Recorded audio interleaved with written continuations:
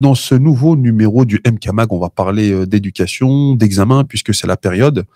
Et on va simplement, avant de commencer, faire une petite rubrique d'actu qui concerne l'éducation, pour rappeler certaines choses qui peuvent peut-être intéresser les parents. J'ai lu dans la presse cette semaine une information qui pourrait vous intéresser, c'est l'anxiété en mathématiques. Donc un article qui est sorti dans le journal Sud-Ouest. Je pense que c'est un numéro d'aujourd'hui, non plus, le 28 avril, qui titre son article par Éducation, l'anxiété mathématique des parents influence les résultats scolaires des enfants.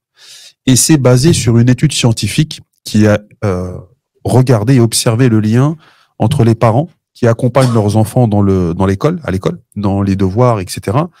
Et en fait, qui disent que, pour que on ait juste une idée de ce que c'est, que les parents qui eux-mêmes, ils ont une anxiété par rapport aux mathématiques, quelque part, ils peuvent la transmettre à leurs enfants. Bon, évidemment, c'est des études scientifiques, c'est plus fin et plus précis que cela, mais c'est intéressant, en tant que parent, de lire ce genre d'article pour avoir des billes, surtout si vous accompagnez vos enfants le soir quand vous faites les devoirs, pour pas que ça se transforme en ring de boxe et en séance de stress. Franchement, c'est des articles à lire et à observer. Mathématiques aussi, dans le même registre, et là, c'est une des conséquences, c'est que l'année prochaine, il y a une réforme qui est envisagée déjà depuis un bout de temps, mais elle va commencer en juin 2026. C'est l'introduction des mathématiques en première dans une épreuve d'anticipation du bac, comme un peu le bac de français. Déjà en première? Déjà en première. Pour toutes les filières? Pour toutes les filières, les principales filières technologiques et générales. Ça va compter, c'est genre en continu. Ça va compter. Genre comme un contrôle continu pour le bac, ou c'est juste un entraînement? Non, c'est une épreuve, et c'est l'épreuve 0, c'est l'année prochaine. Et ils vont avoir une note sur 20 qui va compter pour le bac. Donc, il y a deux parties dans l'épreuve. Il y a un exercice qui est commun à toutes les séries qui sont concernées par ce nouvel examen.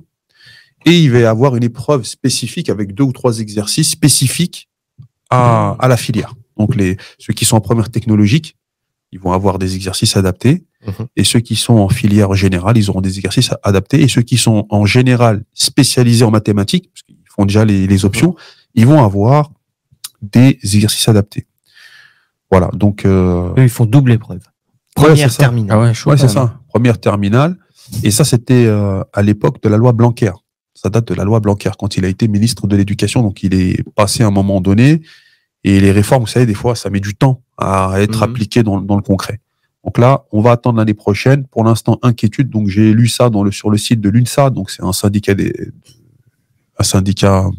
d'enseignants qui s'occupe des enseignants. Et ils ont fait un article, je vous conseille d'aller le regarder, surtout si vous avez des enfants qui sont en seconde actuellement, si vous voulez préparer dans les meilleurs contextes et dans les meilleures conditions cet examen, faut commencer déjà un peu à se renseigner et faire un petit peu de renforcement en mathématiques si c'est pas le fort de votre enfant. Si votre enfant il n'est pas encore bon dans cette matière, il faut commencer à l'aider. Et faire attention à l'anxiété par rapport au premier article dont j'ai parlé. Parce que si c'est pour l'aider, le dégoûter, faites gaffe, parce que maintenant ça compte pour le bac à partir de la première. C'est juste l'annonce de la nouvelle, je pense, ça va lui mettre un coup au moral. Ça peut être anxieux. Tu rajoutes déjà une matière supplémentaire alors qu'il y a déjà le bac de français. Là, le bac de français, il y a pas mal. On est d'accord, là, ils vont faire maths en première année, et l'année d'après, au bac, il y a remaths. Alors ça dépend s'ils ont pris spécialité maths ou pas. Ah, ok, d'accord. Ça veut dire si là ils font maths en première, ils le repassent pas en terminale. Ils vont avoir comme un tronc commun. Ok. Et ceux qui ont spécialité maths, ils vont avoir maths 2 fois. En deuxième. Ouais, en terminale aussi. Après, ça peut être bien. Si c'est un bon coef, ça peut être intéressant pour eux. Ouais, ça peut être intéressant. Après, ils ont dit que dans le premier exercice, pas le droit à la calculette. Oui, mais s'il n'y a pas droit à la calculette, c'est que c'est facile. C'est pas facile. C'est QCM. Ouais, le premier qui vaut pour 40% de la note, le premier exercice, c'est un QCM. Et le reste, après, c'est des exercices classiques en mathématiques. Après, tu sais, moi, quand j'ai passé le bac, une année sur 2, c'était avec ou sans calculatrice. Moi, je suis passé l'année où les exos, c'est sans calculatrice. D'accord. Et ça peut être un avantage quand même, parce que des fois, ils te disent telle fraction, ça veut dire ça équivaut à ça. Tu dis alors je dois trouver cette fraction-là pour arriver au résultat. Donc, tu vois, ça peut aider des fois. De toute manière, les examens nationaux, pas de piège. C'est pas fait pour. C'est pas vraiment fait pour piéger les gens. C'est si tu as été là à tous les cours, tu as participé, tu es venu, tu as fait ce qu'il faut faire, en fait, même sans trop nécessairement en faire et être le premier de la classe. Si vous êtes le premier de la classe, c'est très bien. Mais en fait, il n'y a pas de piège. Hein. Tu as fait ce qu'il fallait, tu as été dans la moyenne, bah voilà, tu vas avoir à peu près la même chose. C'est pour tout type d'examen, on a ce truc-là. Hein. Oui, bien sûr. Enfin, ça dépend. Le permis, le code, le machin, tout, Ouais, ça dépend. Ça. Sauf les concours.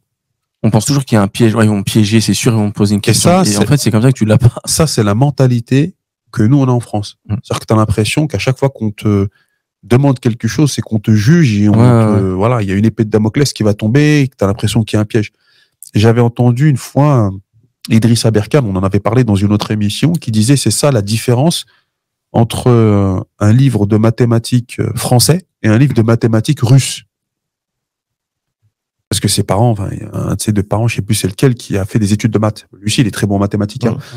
Donc, il y a une mentalité qui s'est comme ça instaurée avec le temps, où on a l'impression, dès qu'on nous donne un examen, comme si on allait nous mettre des bâtons dans les roues, alors que pas du tout. T'arrives, ce que vous êtes en train de travailler actuellement, dans les bacs blancs, les brevets blancs, etc., c'est exactement la même forme qui va tomber au bac. Hein. Donc, ne vous inquiétez pas, ne vous en faites pas.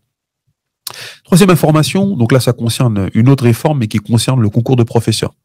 Vous saviez que jusqu'à présent, depuis quelques années, on avait masterisé le concours de professeurs. Il fallait avoir un niveau master. Oui. Et là, maintenant, ils viennent de faire un décret qui date du 19 avril 2025, donc c'est récent, où le concours, maintenant, c'est Bac plus 3. Sérieux? Ouais. Donc, il en manque tant que ça? Mais en fait, la masterisation a fait fuir les gens pour le concours. Là, ils ont même, pour certains concours, remis d'autres sessions d'inscription, alors que normalement, tu fais une session, dès qu'elle est terminée, tu as recruté tes candidats, et c'est terminé. En fait, là, non. Comme il y a pas beaucoup de gens par rapport à ce qu'ils veulent, par rapport aux chiffres, par rapport aux besoins, il n'y a pas beaucoup de gens qui se présentent au concours, donc ils font des choses comme ça. Et là, on revient à l'ancien système. Bon, j'allais vous dire si vous vous rappelez, mais en fait, vous pouvez pas vous rappeler parce que c'était très vieux. Avant, les gens, c'était à Bac plus 3 qu'on devenait professeur. Mais la grande différence, c'est que le Bac plus 3 d'il y a 40 ou 50 ans, c'est plus le même que maintenant. C'est pas le Bac plus 3 de 2025 où là, ça va être 2026. Donc déjà, voilà, c'est un décret.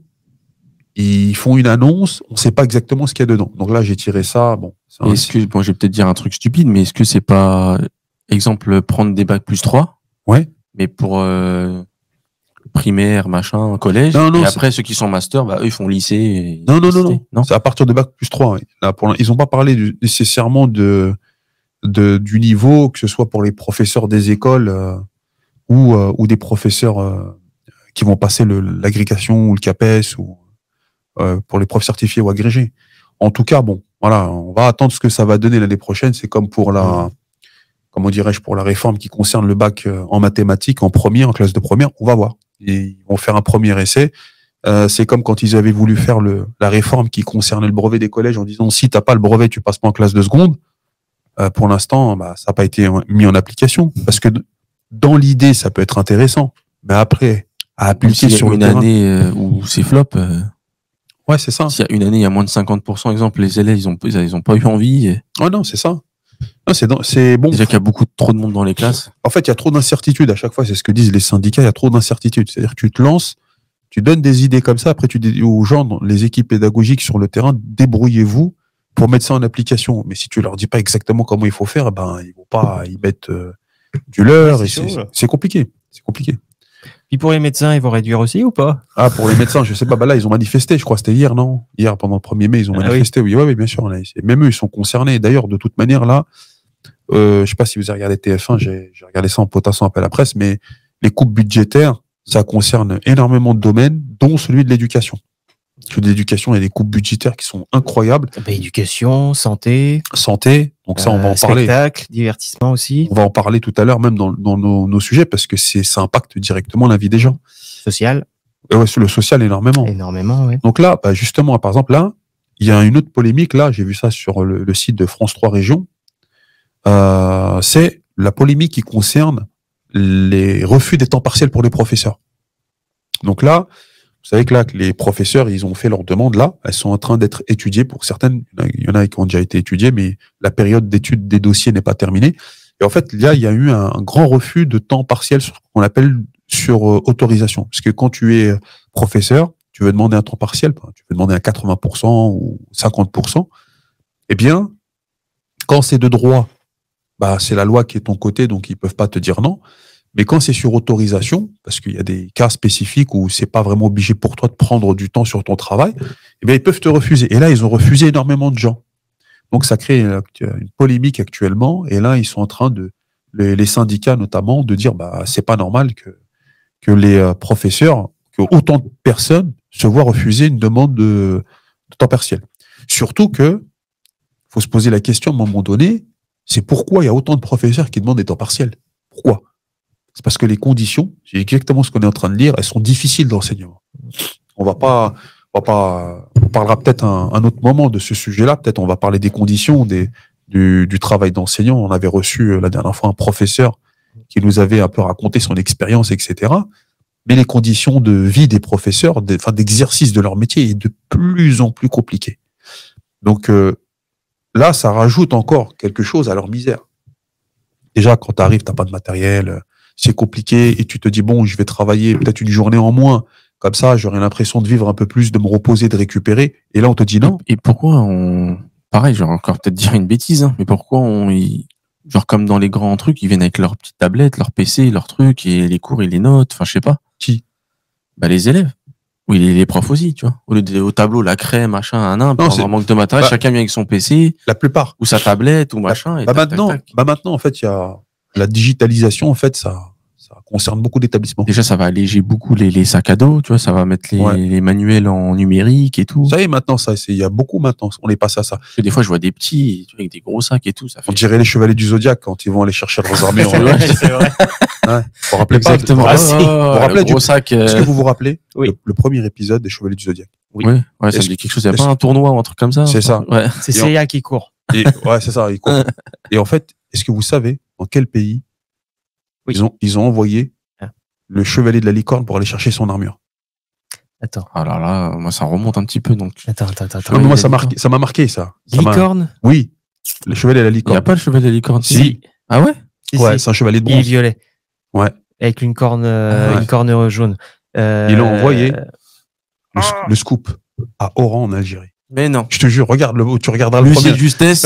C'est vrai ou pas? Oui. Tu vois, regarde, là, tu vois. Lucien de justesse, valide. Camille, il confirme, tu vois. Lucien de justesse, vérifie tout de suite. Oui. Continuez, Lucien de justesse, vérifie. Voilà, tu regardes. C'est quoi, Lucien, Chevalier de la licorne. Chevalier de la licorne. Ouais. Donc, voilà, ils ont des gros cartables, effectivement, mais bon, la digitalisation, si on revient à notre sujet, ça fait longtemps que on en a parlé, que les écoles sont équipées. Maintenant, le tableau noir n'existe quasiment plus. C'est des tableaux Velleda pour les plus répandus, mais on a des vidéoprojecteurs avec des tableaux numériques. D'accord. Et je crois que tu peux écrire directement. Enfin, tu vois, ça. T'as le stylo numérique. Voilà, ça se fait directement avec le numérique. C'est comme une tablette géante. Sofiane? Ouais. Bon, tu t'es trompé sur la ville. C'est où? Mais il a été envoyé s'entraîner en Algérie. Mais où? Dans le Sahara. Non, c'est Oran, il avait dit. Dans le Sahara par la fondation Grad. Ouais, c'est ça. Mais faut que tu regardes le premier. Il s'appelle Djoubou. Ouais, mais regarde le premier. Regarderai le premier épisode. Et alors, je sais pas si c'est les doubleurs qui ont modifié le texte. Alors, en français, il faut se méfier, Chevalier du Zodiaque, parce que c'est très mal doublé. Ouais, ça respecte pas. C'était les premiers. Je peux faire une petite parenthèse qui a des survivants français magnifiques. Ah oui, non, ça. Regardez. Ça, c'est, ouais, Okutonoken ouais. C'est violent, mais. Ah oui. Ouais, j'ai dit J'ai dit à Internet, t'es sûr que ce n'est pas Oran? Il a dit, tu as tout à fait raison. En effet, dans certaines versions. Ouais. Tu vois?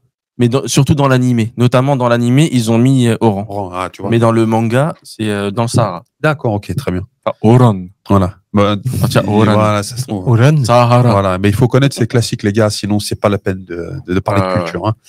Alors, on parlait justement de sacs il y a un instant sur les gros sacs et compagnie. Bon, attends, je vais parler 2-3 articles rapidement, plutôt polémiques. Là, cette semaine, depuis plusieurs semaines maintenant, il y a des établissements où il y a des policiers qui sont devant et qui fouillent les sacs des élèves. Ouais. Donc, j'ai vu ça sur le site de France Bleu, où on a mis face à tout ce qui se passe. Nous avons entendu parler d'intrusion de personnes avec des couteaux qui ont attaqué des gens comme à Nantes, par exemple, où chaque année, on entend des choses comme ça, des histoires complètement sordides, puis que ce soit en France, mais c'est pareil En Allemagne, on a eu des tueries de masse. Aux États-Unis, on a eu des tueries de masse. Donc bon, pour l'instant, moi, ça qui m'a fait plutôt rigoler dans l'article, c'est, bon, ils ont fait 46 établissements scolaires de la Somme ont fait l'objet de contrôle, de sac à l'entrée, depuis le 26 mars. 200 policiers et gendarmes qui ont réalisé des vérifications dans 25 collèges et 21 lycées du département. La prise, 2 couteaux, un nunchaku et un pistolet à billes. Le couteau, ouais, vas-y. Après, moi, je me suis dit, les couteaux, bah, ça dépend, parce que s'ils étaient dans des lycées professionnels, tu vois, des fois, ils ont des outils, ils ont... Non, parce que moi, ça arrivait à un ami à moi au lycée. Ouais. Il venait avec un couteau, et parce qu'il se faisait agresser.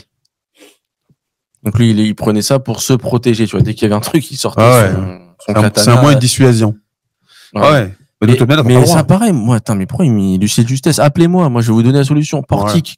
Portique comme dans les aéroports, et ça ça, voilà. C'est déjà une solution. Il me semble avoir vu un article il y a longtemps qui parle comme ça des portiques dans certains établissements scolaires. On met des flashs partout, là, mettez des portiques. Bah justement, ça ressemble, on est en train de s'américaniser quelque part. Et aux États-Unis, dans certains lieux, on a des portiques de sécurité parce que les élèves, ils viennent, pour certains d'entre eux, armés, etc. Parce que la société, elle s'ingère dans l'école.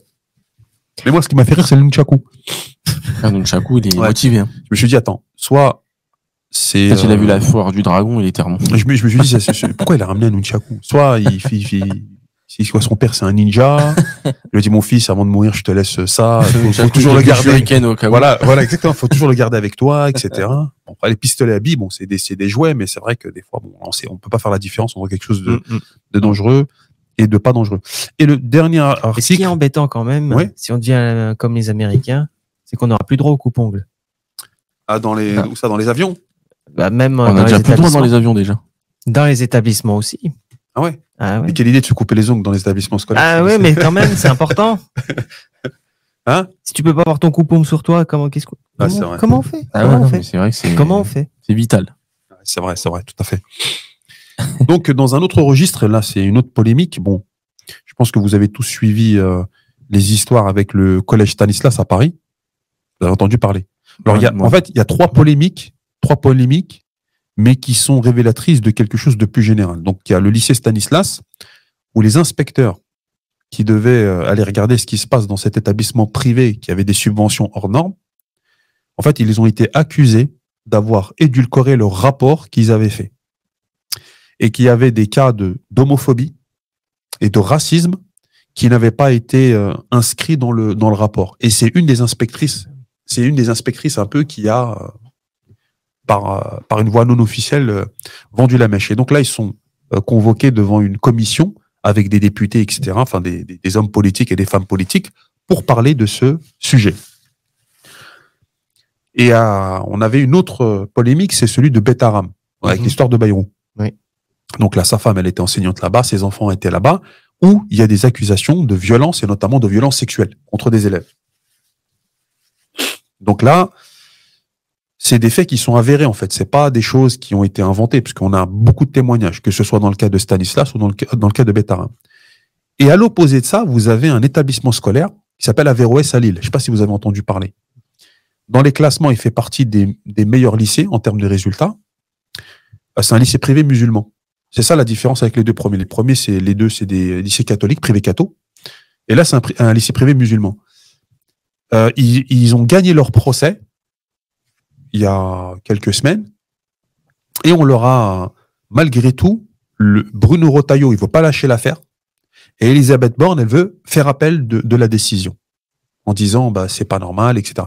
Et ce qu'on leur reproche, le jugement dit, en fait, il leur reproche qu'à un moment donné, il y avait des inspecteurs qui voulaient accéder à quelque chose et auquel ils n'ont pas eu le droit.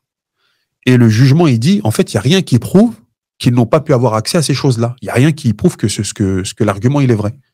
Et le même argument, il est repris par Elisabeth Borne pour dire, on va quand même faire appel et continuer, en fait, etc. Et moi, je me suis demandé, mais pourquoi autant d'acharnement, en fait? Dans un cas, tu as des preuves qui sont manifestes, mais on continue de les couvrir. Même les inspecteurs eux-mêmes, ils jouent pas le jeu parce qu'ils couvrent. Là, après, dans l'histoire de Betaram, c'est encore pire parce qu'on a un Premier ministre en exercice qui est concerné directement lui et sa famille. Et dans l'autre cas où t'as rien de tangible, en fait, t'as rien du tout. Donc voilà. Donc c'est la question, la laisse en suspens. Donc c'est un article qui a été rapporté par notamment le Dauphiné. C'est pourquoi ce 2 poids 2 mesures, en fait. Et donc souvent quand c'est comme ça, c'est que derrière on entretient des polémiques, des climats de suspicion. Et en fait, ça fait parler les gens et les vrais problèmes, en fait, on n'en parle pas. Voilà. C'était un petit peu un tour de l'actu et maintenant, on va passer à un autre registre, justement. Donc là, c'est la période des examens. Bientôt, c'est le bac de français, le CAP, le BEP, le bac professionnel, le brevet des collèges, etc. Donc, on a besoin de se préparer dans les meilleures conditions. On a déjà donné beaucoup de conseils, que ce soit sur la nourriture, sur le mental, sur la concentration, sur les méthodes. Et aujourd'hui, on va vous parler de quelque chose de beaucoup plus précis. Ce sont les compléments alimentaires. Donc Camille, qu'est-ce que tu peux nous dire sur les compléments alimentaires et leurs effets dans les révisions? Alors déjà, les compléments alimentaires, il faut prendre ça comme des béquilles, comme les roulettes qu'on met sur les vélos. C'est pas le vélo en lui-même. Donc là, c'est des substances que vous prenez pour vous aider à aller plus vite dans votre objectif. Mais c'est pas ce qui vous donne le moteur, hein. On est bien d'accord.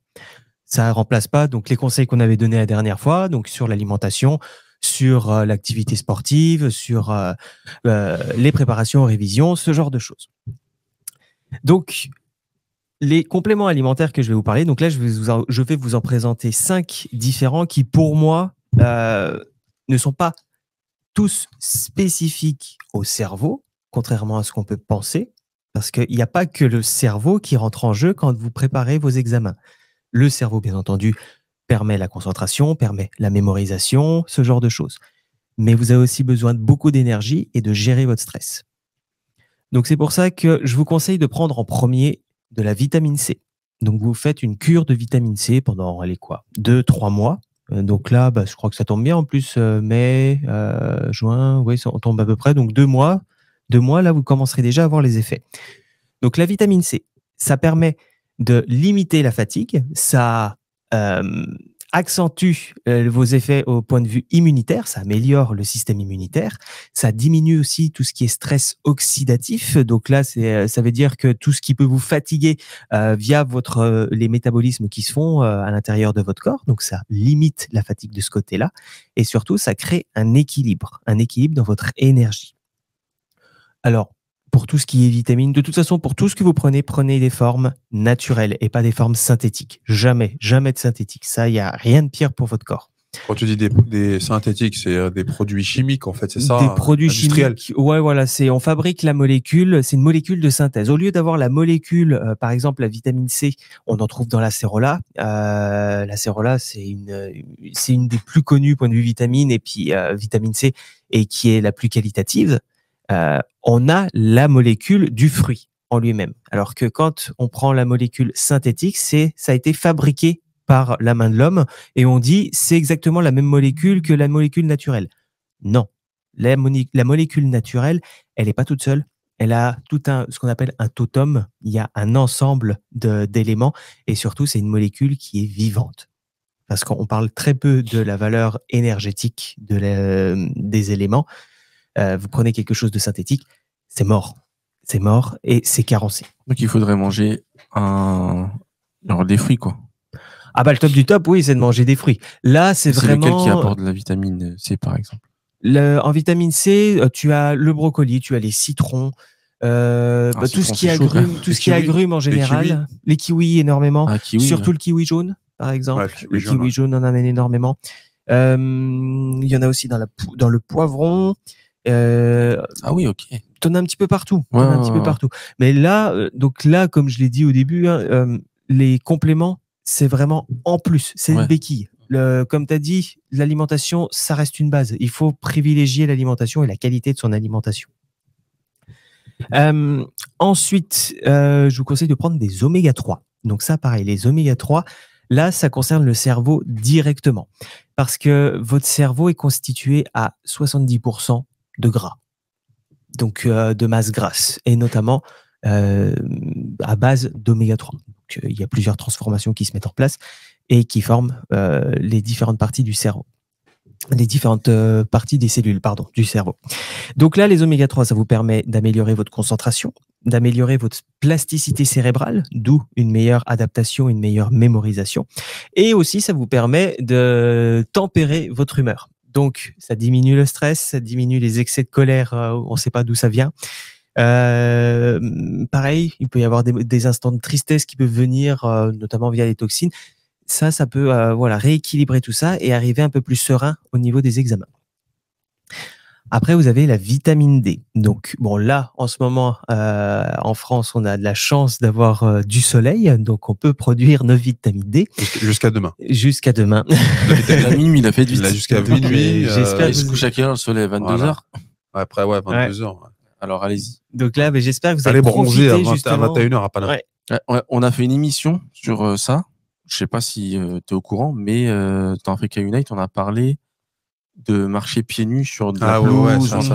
C'est magnifique, ça. Genre pendant qu'il fait beau comme ça, tu te mets pieds nus sur la pelouse et là, ça recharge. C'est magnifique, ça. Ouais, tout à fait. Ouais, on peut même dire que ça te décharge de mauvaises choses plutôt. Ouais, tout à fait, ouais.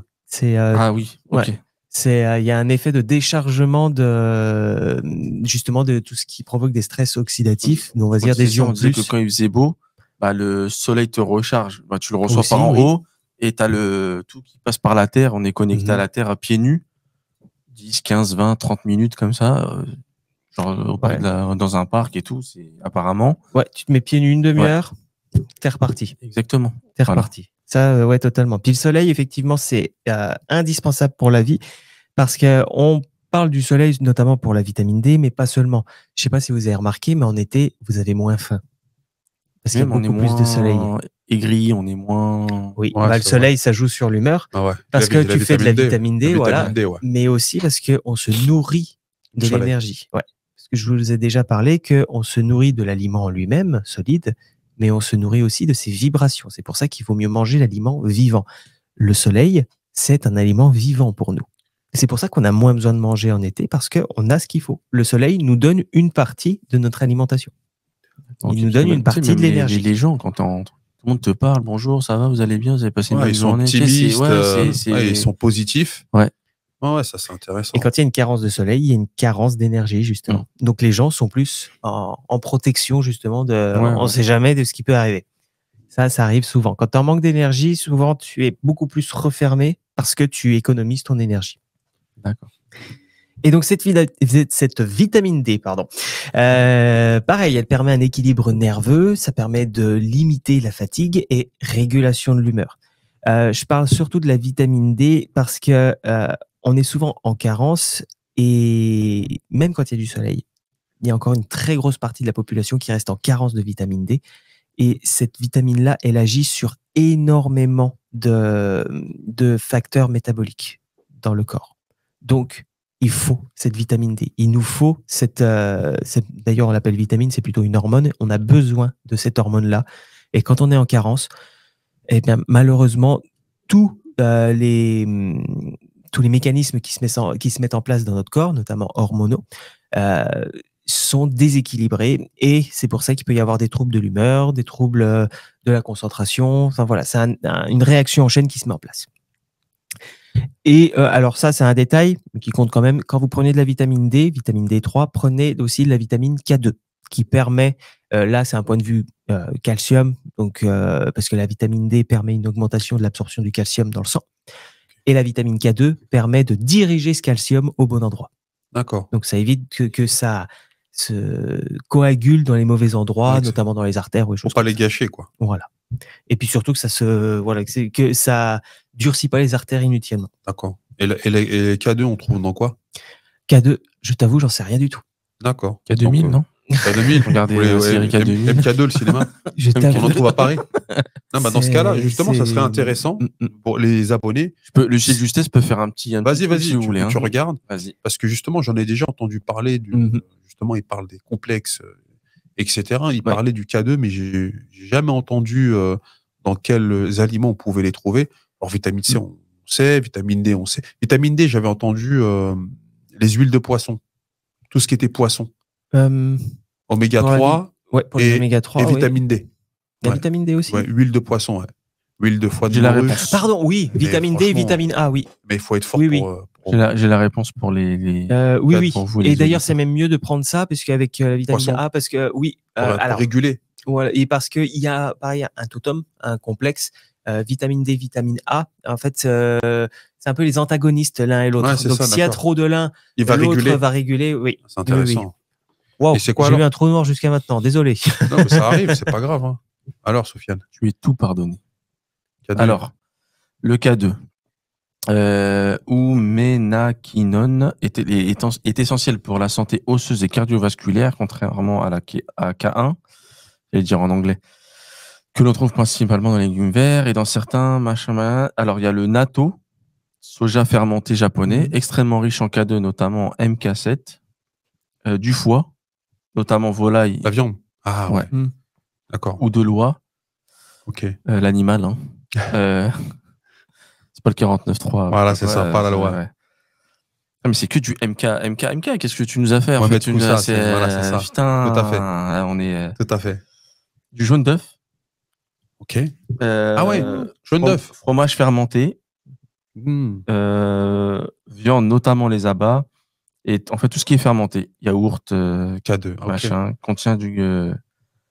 Après, il y a des cachets en médicaments K2, mais bon. Ouais, des compléments qui sont vendus. Bah, t'as souvent des compléments en vitamine D3 avec de la K2 en même temps. D'accord. Et Bon, après, attention, effectivement, précaution apparemment, si vous prenez des médicaments anticoagulants, consultez votre médecin avant de manger ce genre de choses. D'accord. Voilà. Bah, après, effectivement, la K2, apparemment, on la trouve partout. Ouais. Plus ou moins. Et apparemment, c'est dans tout ce qui est lait fermenté, les yaourts, les trucs comme ça. Il y en a beaucoup dedans. Ouais, produits d'origine animaux. Alors. Ouais. Et le natto, soja fermenté japonais, extrêmement riche. Apparemment, c'est le numéro 1. D'accord. Le natto. Je sais même pas ce que c'est. D'accord. Très bien. Voilà. Donc, on a dit, pour reprendre. Vendée Lucé Justesse, il n'y a pas de problème. Très bien, donc, merci. on a dit donc, vitamine C. Vitamine C, oméga 3, vitamine D et vitamine K2. K2 avec la vitamine D, effectivement. Ok. C'est un petit plus. Voilà, D'accord. C'est un plus qui est pas négligeable. Voilà, qui est pas indispensable, mais qui est pas négligeable. Très bien. En quatrième, je vous conseille l'eau de mer. De boire de l'eau de mer. Alors. Ah bon? Oui. Alors, choisissez bien votre eau de mer. On a bu la tasse pourtant. Ouais, mais choisissez-la bien, pas là où il y a des hydrocarbures ni des déchets, voilà, ce genre de choses. Prenez dans les zones protégées. Alors, vous avez des sites qui s'en occupent très bien. En plus, ils en vendent ces compléments alimentaires d'eau de mer, donc ils vont pas mettre. Ah bah, vaut mieux pas qu'il y ait des saloperies dedans. Non, c'est sûr, mais bon, ils font attention à ce qu'ils vendent quand même. Oui, normalement, j'espère. Normalement, c'est contrôlé. Voilà. Donc, l'eau de mer, c'est un stock de minéraux, mais énorme. Donc, ça permet de reminéraliser le corps dans sa totalité. Et surtout, ce sont des minéraux qui sont biodisponibles. Parce que malheureusement, quand on prend, par exemple, du magnésium, du zinc ou des trucs comme ça en complément en gélule, c'est des compléments qui sont sous forme solide. Donc, en fait, c'est comme si vous mangiez des cailloux. Et nous, les humains, on n'est pas des plantes, malheureusement. On ne digère pas les minéraux qui sont solides. Donc, nous, on a besoin de minéraux qui sont biodisponibles, donc qui sont ionisés. Et dans l'eau de mer, ils sont ionisés. Ah oui, ils sont sous forme d'ion. C'est ça. C'est ça. Donc, qui peuvent aller on peut les absorber plus facilement. Ça va dans notre eau vitale à nous. D'accord. Donc, ça, c'est ça qui est génial. Et surtout, c'est aussi pour ça qu'on arrive à définir que l'humain, à la base, c'était un gros poisson. C'est que les proportions de minéraux dans l'eau de mer, tous les minéraux sont à la proportion des minéraux nécessaires pour les humains. Ouais, c'est fou. Ouais. Donc, si tu la mets sous forme que c'est fait exprès, hein. À croire. Ouais, tout à fait. Ouais. Si tu la mets sous forme isotonique, donc tu mets un volume d'eau de mer pure, donc hypertonique, avec 3 volumes d'eau plate, volume d'eau un mélange, d'eau pure. Un mélange pour diluer le tu un quart, 3 quarts. Comme le Ricard ou différent? Ça peut ressembler. Pour ceux qui boivent du Ricard, c'est un peu le même style. Donc, vous savez faire avec le Ricard, vous pouvez faire avec l'eau de mer maintenant. Surtout si tu conduis. C'est ça. Et surtout pour les examens. Et surtout pour les examens. Voilà. Non, ils ont dit à la radio, il faut boire du Ricard avec un quart de Ricard et 3 mesures d'eau. Voilà, les chiffres, ils vont partir dans tous les sens. On va faire des formules magiques. Donc là, il n'y a rien de mieux vraiment pour arriver à déjà supprimer toute carence en minéraux. Parce que ça, on en parle assez peu. On parle des carences En vitamines. vitamines, on parle des enzymes ou d'hormones. Le fer, voilà. On parle de certains minéraux, effectivement, mais on ne parle pas du reste. On en parle très peu. Et pourtant, ça agit sur tout. Et là, dans l'eau de mer, vous avez tous les minéraux dont l'humain a besoin. Tous et à la bonne proportion. C'est incroyable. Et en plus, ça vous permet d'avoir une hydratation plus profonde des cellules. Voilà. Et après, une meilleure transmission nerveuse, puisque, pareil, c'est un ensemble qui se fait. Donc, si le corps en général fonctionne mieux, le cerveau, il fonctionne mieux. Donc, c'est un ensemble. C'est un engrenage. Après, c'est la machine, elle tourne. Exactement. L'eau de mer, si vous n'en avez jamais bu, vous commencez doucement. Donc, le mieux, c'est à jeun un matin. Vous commencez avec 50 centilitres, pas plus. Après, 2-3 jours après, quand vous sentez que tout va bien, 100 centilitres. 100 millilitres, pardon. J'ai dit centilitres ? Millilitres. 50 millilitres, 100 millilitres, 150, 200, 250 millilitres. Au-delà, vous pouvez aller au-delà, ça vous fera pas de mal. Mais voilà, 250, c'est déjà bien. Si j'ai bien compris, on peut le diluer un petit peu ou tu le dilues à chaque fois. L'eau vaut mieux. Alors, tu peux le boire en hypertonique si tu aimes boire la tasse. Ça, c'est toi qui vois. Moi, je préfère quand c'est isotonisé, donc dilué. D'accord, ok. Donc, ça veut dire 50 centilitres dans une bouteille tu mets donc 50 millilitres d'eau hypertonique, d'eau de mer hypertonique, donc pure, et tu rajoutes donc 3 fois 50, 150 millilitres d'eau pure. Et parce que sinon, comme c'est une eau qui apporte pas mal d'énergie, le corps, quand il a beaucoup d'énergie, il provoque des diarrhées pour éliminer les toxines. Donc, si vous n'avez pas peur, vous sentez que vous allez être tranquille, allez-y. Ça vous nettoiera bien comme il faut, donc ça c'est super. Si vous sentez que c'est pas le moment et qu'il faut que vous restiez à fond, allez-y étape par étape. Ce qu'ils font dans les hôpitaux, là, les grandes bouteilles et tout machin, là, c'est ça. Alors, tu sais, quand ils te passent 2 litres à boire avec de la poudre, là, tu mélanges et après tu te nettoies de la tête. Ah, ça c'est une purge. Ça c'est encore autre chose. Ah, c'est pas exactement la même chose. Produit. C'est encore autre chose. Oui, ça c'est encore autre chose. Je pensais que c'était de la même. Non, c'est pas le même effet. Ça, c'est un produit laxatif, voire même purgatif. Là, ça devient laxatif parce que ça donne de l'énergie. Et alors après, que l'autre, le corps est bien, ça tout redevient normal. Voilà. Alors que si toi tu es habitué, tu bois ça, tu bois de l'eau de mer. Moi, je bois mes 500 millilitres d'eau de mer par jour, pas de diarrhée, tu vois. Alors que si je prends une purge tous les jours, je peux dire que je vais aller purger tous les jours. Ok, d'accord. Okay. Et enfin, des jus de légumes. Buvez des jus de légumes. Pareil, il y a énormément de minéraux dedans, il y a énormément de vitamines, il y a énormément d'enzymes.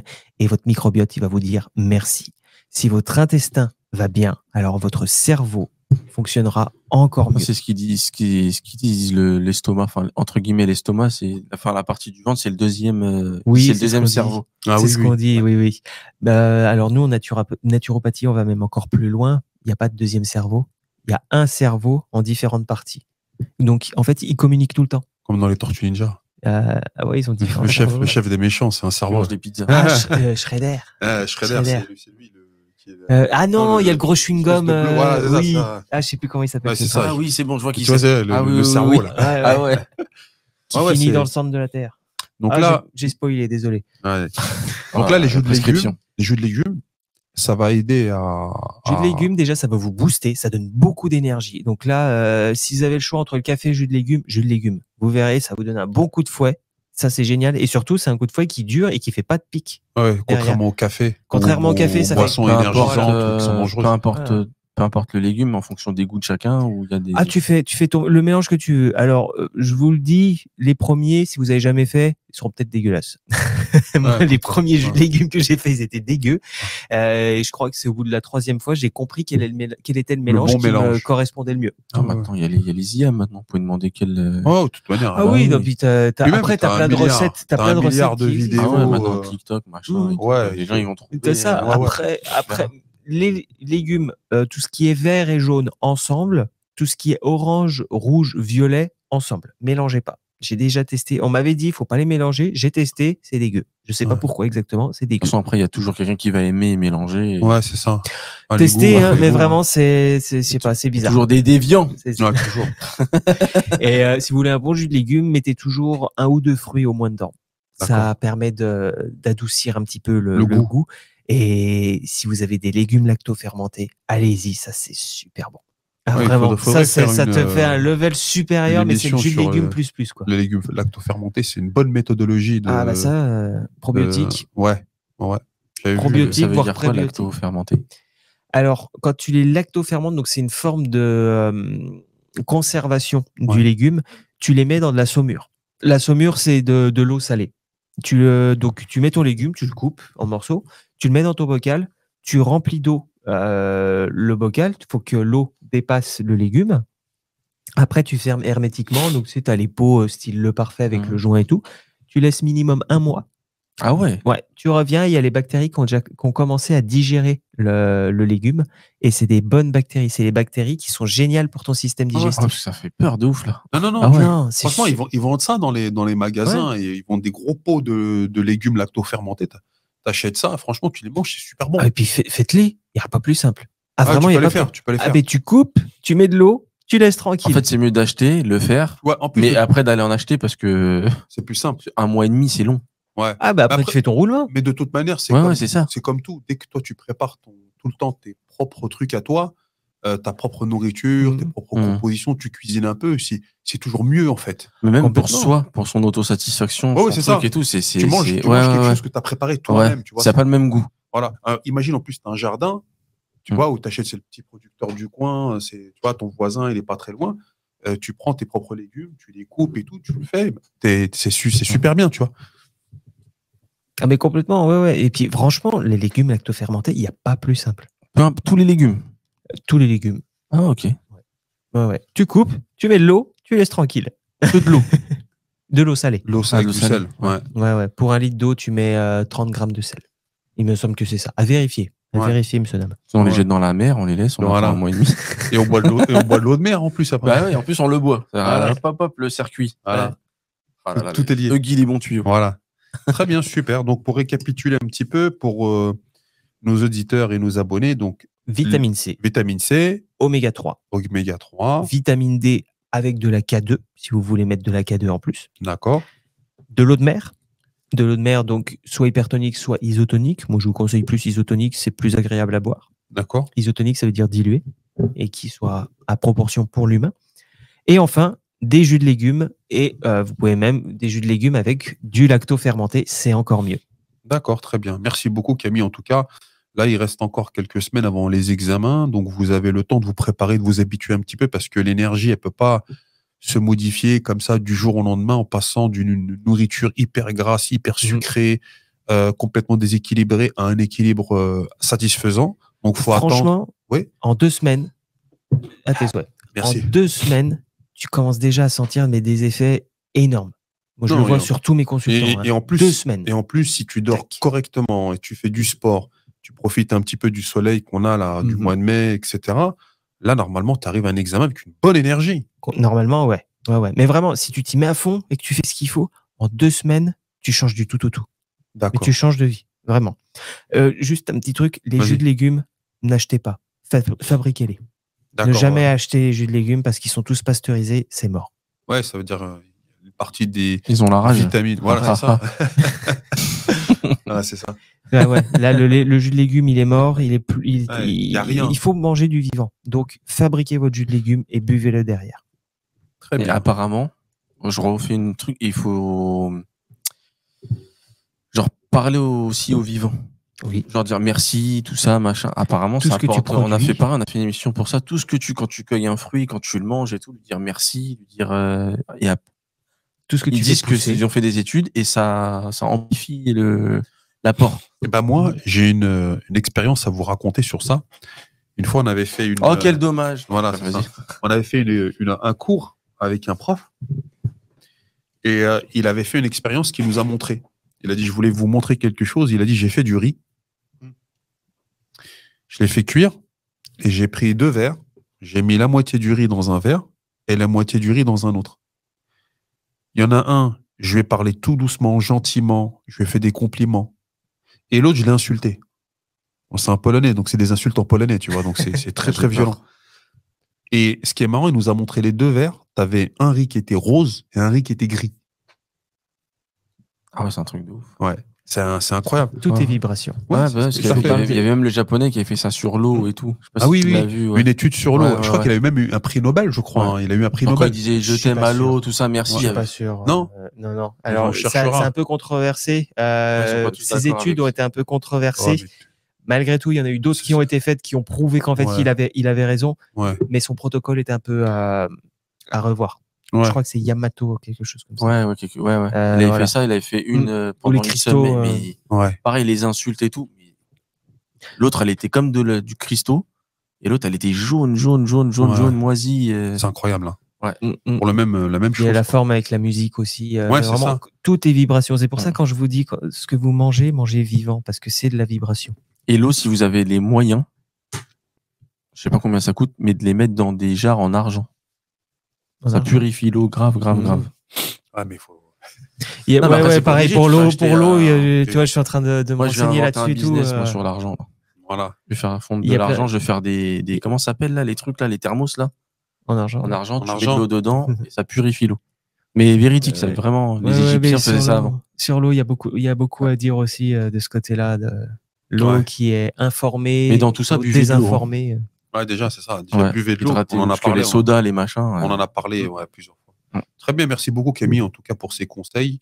Je vous conseille, moi, de mon côté, de les appliquer parce que, voilà, il faut essayer, il faut tenter l'expérience et pas dire que les choses vont changer comme ça, juste en regardant 3-4 vidéos.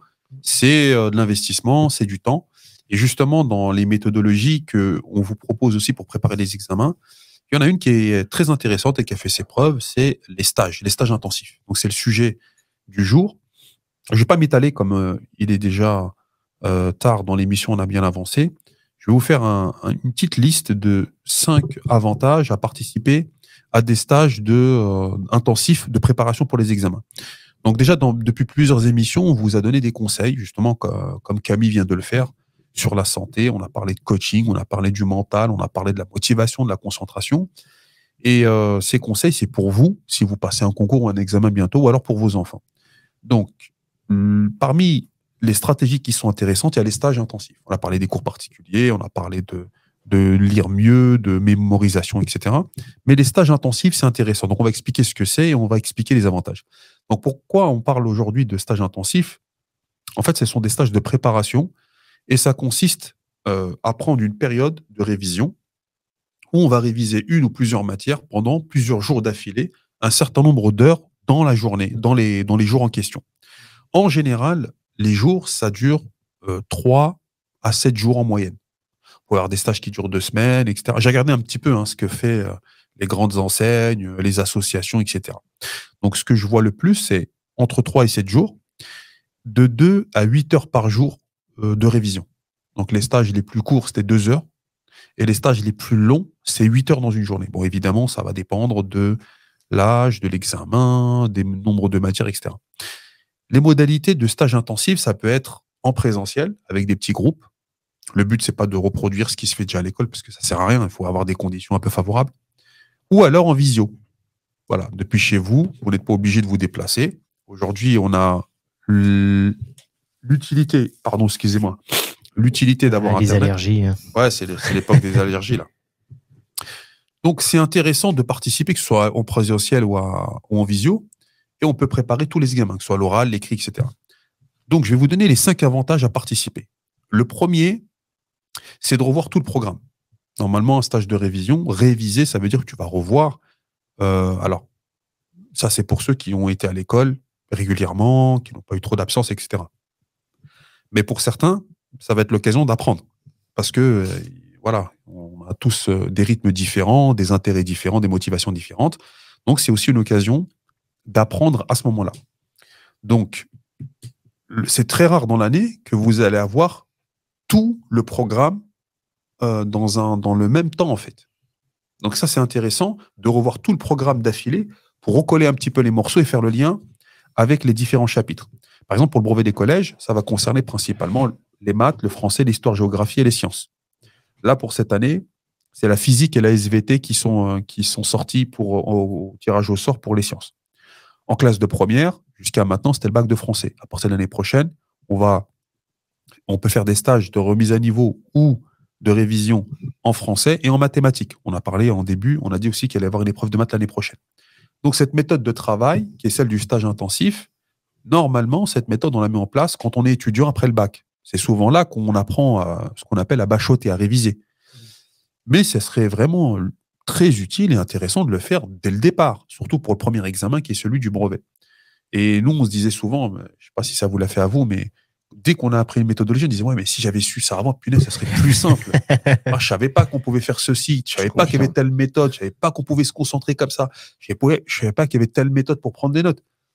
Donc là, ces choses, grâce à Internet, elles sont disponibles. Avant, fallait connaître, quoi.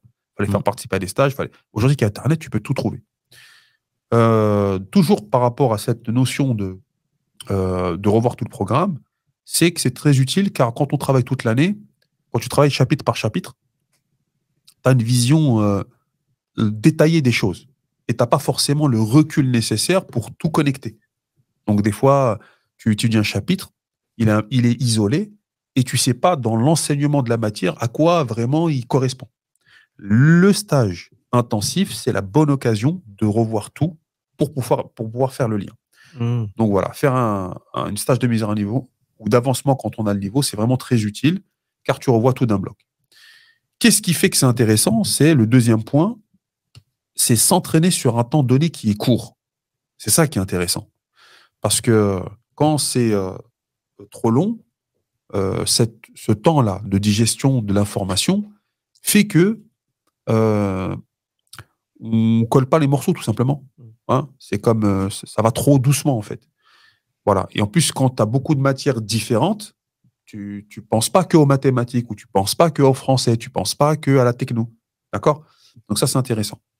Donc en général, je vous ai dit, c'est 3 à 7 jours à raison de 2 jours pour les stages les plus courts et 8 pour les plus longs.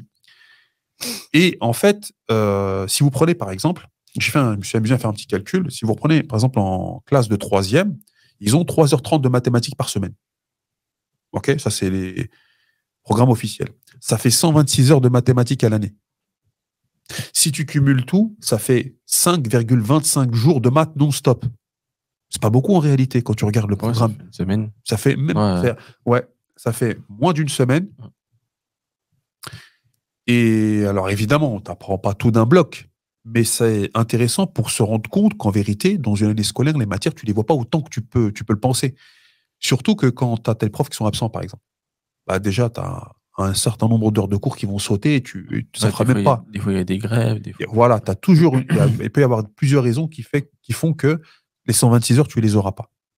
D'accord? Donc, c'est intéressant de faire les stages pour revoir tout et comme ça, tu es tranquille. Troisième avantage, c'est de profiter de la dynamique de groupe dans un groupe qui est restreint. Quand tu es dans une classe avec 20, 24, 25. Enfin, surtout si tout le monde a le même objectif, c'est plus pareil aussi. Tout à fait. Si on est 5 et on est à fond là-dedans. Tout à fait. Ouais. Et ça, c'est un autre avantage qui est intéressant, c'est que quand tu le fais pas longtemps avant l'examen, là, il y a une urgence et un stress qui te motive. Alors que quand c'est le début de l'année, tu es négligent, pour certains élèves, pas tous, tu dis c'est loin, on a encore le temps, etc. Et il y a plein de chapitres qui peuvent passer à la trappe à cause de ça.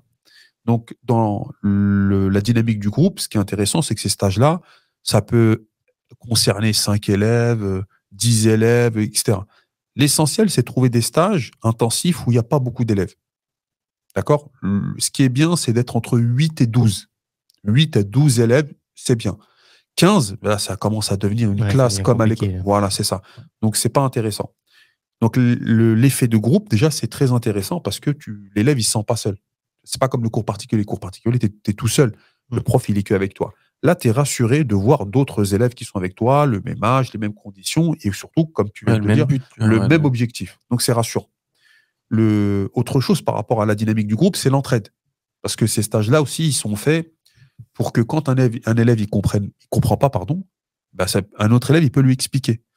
Je dis ça parce que parfois, le professeur, il peut se perdre dans des explications. Et quand il va demander aux élèves, au groupe, vous avez compris, parfois, il y en a qui vont pas complètement oser dire j'ai rien compris, on n'a pas compris, c'était pas clair. Et là, j'attire l'attention sur un élément, c'est que les bons profs qui ont de l'expérience, ils repèrent ce qu'on appelle le paraverbal ou le non-verbal. Non-verbal, c'est quand tu dis rien. Et le paraverbal, il peut te dire oui, oui, j'ai compris, mais tu sens dans le ton de la voix qu'il n'a pas compris. Et là, ces signaux-là, toi, tu les repères. Et là, tu dis bon, là, j'ai capté que vous ne compreniez pas. On va refaire. Vas-y, tu interroges quelqu'un, tu vois qu'il n'a pas compris, tu refais une démonstration. C'est intéressant. Surtout dire qu'il n'y a pas de honte à ne pas avoir compris. Au contraire, c'est le stage intensif, c'est vraiment l'occasion pour dire j'ai pas compris. C'est maintenant ou jamais. Hein. Là, il te reste. Bon, là, il reste à peu près un mois, 2 mois avant le brevet des collèges, par exemple, moins pour le bac de français, hein, qui va commencer plus tôt. S'il y a un moment où tu dois dire que tu n'as pas compris, c'est maintenant, c'est pas après. Ah oui, tu t'en fous. Tu vas à fond. Tu vas à fond, tu n'as pas compris, tu prends. C'est pour toi et qu'après, ce sera passé tout ça, après ce sera bon. Exactement, il reste pas longtemps. Un autre élément qui est intéressant dans la dynamique du groupe, c'est la concurrence. Donc, dans chaque groupe qui va se constituer naturellement, il y a toujours une organisation qui va se faire. Chacun, ça motive. Oui, ça motive. Et donc, chacun va se positionner pour avoir une espèce de rôle dans le groupe. Donc, en général, celui qui va répondre aux premières questions, il va être catalogué comme étant pas forcément le faillot, mais en tout cas, tu sais, celui qui en veut, le premier de la classe. Première place. Ouais, c'est ça, tu vois. Après, quand tu es dans l'année scolaire, au début de l'année, dès que tu commences à répondre un peu, tu es assis devant, il y en a, ils vont te cataloguer faillot, etc. D'accord. Mais c'est naturel, en fait. Hein, c'est une organisation sociale. C'est socialement, on est programmé pour ça. D'accord. Donc, les professeurs, ça, ils connaissent bien ce phénomène. Donc, la concurrence, l'objectif, c'est de un peu jouer sur ça. C'est pas de dire c'est bien que les élèves sont en concurrence avec une concurrence qui est malsaine, mais plutôt de les aider en fait à voir que voilà, il y a un challenge, celui qui répond bien, on va un peu le mettre en valeur, et comme ça va faire en sorte que les autres ils vont vouloir aussi bien répondre pour aussi les mettre en valeur, et c'est ça un peu le mot d'ordre, hein, c'est de mettre en valeur les élèves, parce que c'est là qu'il faut les motiver, c'est pendant ces stages-là. Donc c'est intéressant quand tu es en groupe par rapport à ça. Le dernier élément après la concurrence, c'est la comparaison. Parce que quand tu es en stage avec des petits groupes, c'est bien de te comparer avec tes camarades, parce que c'est un comportement naturel, on se compare tous. On peut dire ce qu'on veut, mais on est éduqué un petit peu à ça, et la société, elle fonctionne sur ça. Ce qu'il ne faut pas, c'est qu'on crée des frustrations avec la comparaison. Et souvent, dans les familles, c'est ce que les parents ils font, en disant « Ouais, moi, à ton âge, je marchais pieds nus dans la campagne, en soulevant un taureau. » Ton frère, à ton âge, il était comme Exactement. Ton frère, à ton ta sœur. Ouais. Et nous, quand on dit ça, un professeur ou un parent, quand il dit ça, lui, s'il veut motiver. Mais parfois, ça fait le contraire, ça te démotive, et puis ça peut même créer une haine ou une jalousie par rapport à la personne avec qui on a été comparé. Mais quand on est avec un prof qui est fin psychologue, lui, il va plutôt jouer sur ça, en disant, fais comme lui, il a réussi à le faire. Et pourtant, vous avez... Toi aussi, tu en es capable. Voilà, si lui, il a pu le faire, vous avez les mêmes conditions. Vous êtes, tu vois, lui aussi, il avait telle particularité. Regarde, il y arrive. Pas pour dire, on va pas jouer sur la morale, mais plutôt sur le côté compétence. Plutôt côté compétence. De la possibilité de pouvoir faire comme tout le monde, quoi. Exactement. Ouais. Et là, tu vas te servir des exemples du groupe que tu as pour motiver ceux que tu peux motiver. Ouais, tu joues plus sur le point commun sur la différence. Voilà, c'est ça, tout à fait. Voilà. Et on va utiliser tout ce qui est bien chez tout le monde pour motiver tout le monde. Quatrième point, c'est prendre confiance. Le fait de faire un stage intensif, pas longtemps avant l'examen, ça permet de prendre confiance. Pourquoi ? Parce qu'au fur et à mesure que le stage il avance, comme tu revois toutes les notions enchaînées avec un temps qui est court, tu commences à comprendre où on veut t'amener en fait. Et tu vois que ça constitue quelque chose de logique. Et ainsi, tu te sens plus confiant pour affronter les examens. Donc, c'est ce que je dis, ça concerne aussi bien le bac, mais ça concerne tous les examens, d'accord ? Mais le plus tôt, c'est le mieux. C'est-à-dire que si on habitue les élèves à travailler tôt de cette manière-là, c'est intéressant pour eux. Pourquoi ? Parce que ça va donner le deuxième aspect de la confiance, c'est les habitudes de travail. La difficulté, c'est chez certains élèves qui passent les examens, c'est qu'ils n'ont pas d'habitude de travail qui les mettent en confiance. Donc, si on ancre ça déjà le plus jeune âge, ça va rester de manière durable après par la suite. Donc, c'est-à-dire que les élèves qui ne sont pas habitués à travailler tôt, ils vont avoir du plus de mal que ceux qui sont habitués tôt. Et comment on s'habitue ? Ça part. Un stage, par exemple. Tu fais un stage intensif, tu regardes comment ils font, ils vont te donner une espèce de modèle, et après, tu vas le reproduire. Donc ça, c'est intéressant. Et ça nous amène à un autre élément de la confiance, c'est l'autonomie. C'est ça, en fait, l'objet vers lequel on va amener l'élève, C'est qu'on lui donne des cours particuliers. J'allais dire, après, ça te donne des clés et des méthodologies à appliquer pour... individuelles. Ouais. C'est ça qui est le plus intéressant pour moi. Hein. Donc, c'est que un élève, quand il a vécu le bachotage, tu lui as expliqué comment réviser, comment s'organiser, comment gérer du temps, comment gérer une révision, respecter les pomodoro, tu fais 25 minutes, tu fais tes pauses comme ceci, pendant tes pauses, tu fais cela, tu lui expliques tout comment ça fonctionne. Et bien après, il va devenir autonome. Et quand il sera en préparation d'un autre examen, il saura exactement comment il faut faire et il ne sera pas obligé d'attendre d'avoir le bac et d'aller en post-bac pour pouvoir faire ces choses-là. Voilà. Donc ça, c'était le 4e point, c'était prendre confiance. Et le dernier point, et on va terminer avec ça, c'est le prix, parce qu'il ne faut pas se leurrer, ça a quand même un prix, c'est pas gratos. Mais en général, les stages de l'heure, ça revient moins cher que les cours particuliers. C'est ça l'avantage pour les familles. Parce que si on reporte à l'heure, quand tu divises par le nombre d'heures que tu vas passer dans le stage, tu paieras moins cher que si tu fais des cours particuliers. Mais alors, le cours particulier, l'avantage, c'est que tu es tout seul. Donc, si tu as des questions, etc. Mais parfois, être tout seul, c'est pas forcément un avantage pour certains élèves. Donc, ça sera mieux de l'avoir dans un groupe. Ouais, ça dépend des tempéraments. Oui. Exactement, tout à fait. Donc, si ton budget il est restreint, donc investis dans les stages. Si tu peux faire les deux, bon voilà, c'est bien, c'est intéressant. Il y a une chose que je voulais dire par rapport à ce sujet-là, justement des coûts. J'ai remarqué qu'il y a beaucoup de parents qui dépensent sans compter dans des loisirs, dans des écrans, dans du matériel, dans des abonnements pour Netflix ou Amazon ou pour les vacances. Dès que tu lui parles de stage intensif, comme il n'arrive pas à lui donner un aspect concret, matériel, il commence à sortir ses lunettes, sa calculatrice scientifique, il prend des cours de comptabilité, il commence à faire plein de calculs pour voir, mais attends, et à la fin, pour conclure quoi? C'est trop cher. Parce que ça... en fait, les abonnements, les machins, ça se voit pas. C'est ça le problème. Ouais, en fait, ça se voit pas. On dit, ouais, c'est que 5 balles. Ouais, mais 5 par là, 4 par là, 8 par là, 4, ça arrive à 100 €. Puis là, tu parles d'éducation. L'éducation est censée être gratuite. Si le gamin, le pauvre, il est dans la moyenne, tu vois. Il va dire, pourquoi je vais lui payer 400 balles de ça alors que je sais très bien que, voilà. Ouais, c'est vrai. Ça va servir à rien. Ouais, mais c'est sûr. Ouais, on se rend pas compte, en fait. On se rend pas compte de l'importance. Et c'est là qu'il est le problème, c'est qu'ils se rendent pas compte. Et ils vont aller lui acheter des iPhones qui coûtent un SMIC. Des jeux vidéo à 100 et quelques. Alors, mais attends, tu te rends compte le nombre d'heures de cours particuliers que tu peux payer avec en achetant un iPhone à un gamin. Grâce à ça, il aurait pu en payer 10 après l'iPhone. Déjà ça, et en plus, le pire, c'est quoi? C'est que l'iPhone, il va lui détruire son cerveau pour aller faire quoi avec? Il faut quoi avec l'iPhone? Il va aller sur TikTok, il va pas faire des calculs, il va pas créer une application, il va pas faire quelque chose qui va lui changer sa vie. Il y a des gens qui travaillent avec leur téléphone portable. Ils en ont besoin, c'est un outil de travail. Lui, au moins, c'est rentable. Hein, il a rentabilisé son outil. Mais la plupart des jeunes qui ont des téléphones, des super téléphones hors de prix et qui sont un peu des bijoux technologiques, mais en fait, la technologie en elle-même ne leur sert à rien du tout. Donc, franchement, qu'est-ce qu'il y a de mieux que d'investir dans l'éducation des enfants? Il n'y a pas grand-chose. Et c'est surtout que ça va lui rendre plus tard. Après, il va avoir un beau métier, un beau truc, il va s'en acheter. C'est ça. Et en fait, c'est quoi? C'est un investissement. Quand tu investis dans le futur de tes enfants, eh bien, en fait, tu n'hésites pas. Alors, et je dis ça, c'est que chacun a sa vie, chacun a son budget, a la gestion de son budget, etc. Mais moi, je fais vraiment la différence entre quelqu'un qui te dit, moi, j'ai pas les moyens, mais ça se voit qu'il n'a pas les moyens.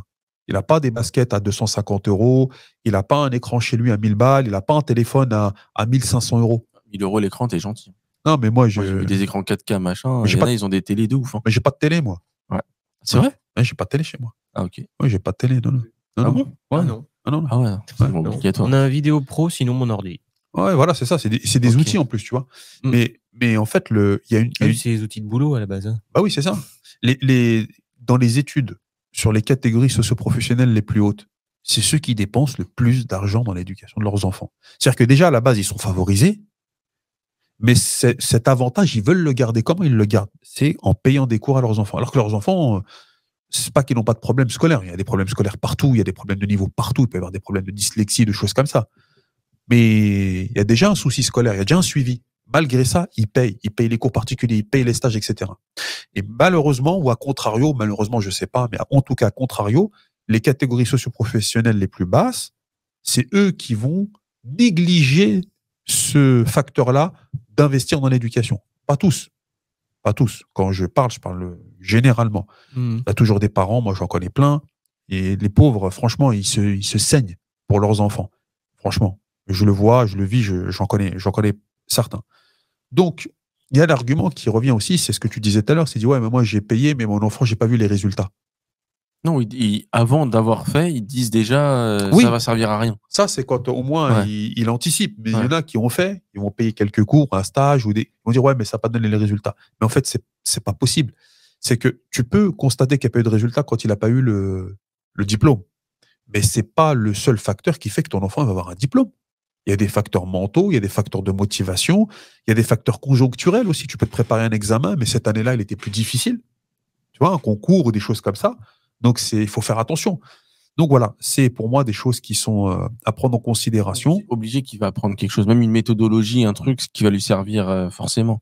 Bien sûr, c'est ça. Ouais. Donc, mais après, c'est difficile d'expliquer à certaines familles que comme c'est pas concret, comme c'est pas palpable, tu sais, c'est de la méthodologie, c'est des connaissances, ton enfant, il a quand même appris quelque chose. Il a quand même appris peut-être la résistance mentale, il a appris une certaine logique pour résoudre un problème. Peut-être qu'il n'a pas su peut-être l'appliquer, mais il a tout compris en vrai. Ouais, c'est ça. Il sait comment ça fonctionne, c'est juste qu'il n'a pas réussi à le mettre sur papier. Et Voilà. ouais. Et puis dans un examen, voilà, avec le stress. Ça m'est arrivé plein de fois. Des fois, j'ai mis je le sais pourtant. Et j'arrive pas à le. Mais tu n'y arrives pas. Ouais, Voilà. à le mettre sur papier.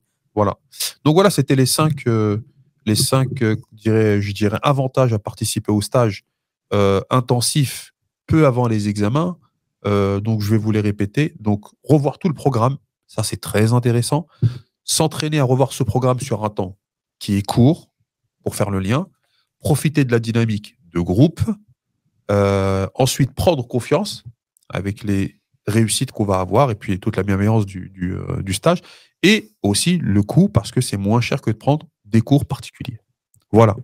Et t'as à peu près les tarifs. Ouais, à peu près une moyenne. Bon, franchement, il n'y a pas de moyenne parce qu'en fait, ça dépend. C'est où? Déjà, j'ai regardé par exemple en Paris, j'ai regardé en banlieue. Ça dépend les matières parce que il y a les stages que j'ai vu le plus, c'est les mathématiques. Ça rejoint un peu ce qu'on disait au départ dans l'actu un peu. C'est ouf, alors que les maths, c'est le truc le plus logique. C'est le plus logique parce que toi, tu as accroché. Il y a souvent des traumatismes. Voilà. Ouais, souvent, ceux qui n'accrochent pas, c'est qu'il y a eu un trauma. Le truc où il n'y a vraiment pas de piège, c'est vraiment les maths. Ouais. Ouais, bon, moi, je dis ça parce que je kiffais les maths. Ouais, c'est ça. C'est ça. Mais genre, c'est logique. Non, genre, on te dit, voilà, moins et moins, ça fait plus. Bon, bah, si tu mets ça, tu le mets de l'autre côté. En fait, c'est logique. Non, il y a une vraie anxiété, il y a un gros problème par rapport à ce sujet-là. Et même dans la formation des enseignants, on voit qu'il y a un mal-être dans la formation des mathématiques. Je pense qu'il faut le rendre amusant, le truc. C'est comme tout. C'est la pédagogie. Faut le rendre fun et ça va aller tout seul. Mais souvent, il y a un traumatisme avec les mathématiques enfants ou des croyances données par les parents. Ouais, mais tu sais, faire des jeux. Moi, j'aurais fait des jeux. J'ai toujours entendu, quand j'étais gamin, c'est les maths, tu l'as ou tu l'as pas. Et mon père m'a dit que quand il voyait mes notes, il me disait, bah toi tu l'as pas. Bon, c'est pas grave. Et puis j'ai quand même fini par l'avoir. J'ai compris la logique. J'aurais dit plutôt la littérature, tu l'as ou tu l'as pas, tu sais, la manière de romancer le truc. Ah mais tu peux le donner à tout, hein. La physique, tu l'as pas. Tu vois, c'est tout fait. Tu peux faire avec toute. Tu peux dire des ça en fait, c'est des croyances. Voilà. C'est-à-dire que quand tu veux conditionner les gens, tu leur dis, bah les maths c'est pas fait pour les filles, c'est fait pour les garçons. Soit t'es mathématicien, soit t'es littéraire. Tout ça. Ce sont des conditionnements. C'est-à-dire que c'est un peu un sujet qui demande de l'étude, de la discussion et un peu de lecture. Mais voilà, si tu as envie de faire un truc toi et que tu sens que tu es porté, tu peux le faire. Et après, voilà, si tu as été conditionné et tu y crois, bah, tu vas réagir avec cette croyance, tu vas la prendre en considération. Quand tu dis à quelqu'un que tu n'es pas capable, cette incapacité va la mettre en œuvre parce qu'il y croit, tout simplement. Mais dans les compétences, il peut très bien réussir. C'est fou. C'est fou. C'est comme ça que ça fonctionne. Voilà, chers abonnés de KSM 610. J'espère que vous avez pu profiter de cette émission. On vous a parlé de stage à la fin. On vous a parlé de 5 compléments alimentaires qui vont vous aider à retrouver de la vitalité pour préparer les examens. On vous donne rendez-vous pour un prochain numéro du MKMag. N'hésitez pas à vous abonner à KSM 610 sur Twitch, YouTube et même sur les autres plateformes. TikTok, si vous voulez, voilà. N'hésitez pas aussi à faire des propositions d'émissions. N'hésitez pas à poser vos questions, à faire des remarques. On est là, on vous écoute. On est là pour vous donner des conseils et c'est grâce à vous qu'on fait ce travail. Et je vous donne rendez-vous pour un prochain numéro. Ciao tout le monde. Et bonne soirée, attention au pollen. Ouais.